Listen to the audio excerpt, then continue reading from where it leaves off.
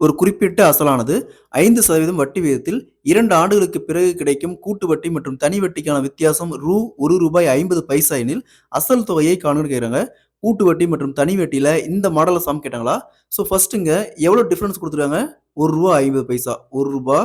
1.50 into இங்க வட்டி பார்த்தோம்னா 5%. ஸோ 5% நம்ம எப்படி எழுதுவோம்? 5/100க்கு 100 எழுதுவோம். இது அப்படியே ரிவர்ஸ்ல 100/5 இன்டு 100/5. ஸோ வருஷம் 2 வருஷம் சொல்லியிருக்கிறதுனால நம்ம 2 டைம் ரைட் பண்ணிக்கிறோம். ஸோ நெக்ஸ்ட் அப்படியே 5ஆல கேன்சல் பண்ணா இங்க என்ன வரும்? 20/1. அதே மாதிரி இங்கேயும் 20/1. நெக்ஸ்ட் இங்க 1.50 இன்டு 20 இன்டு 20. இது அப்படியே பெருக்கணுமா 600. ஸோ அசல் பார்த்தோம்னா ரூ. 600. Option D is the correct answer. இதே மாதிரி இந்த சம் பாருங்க.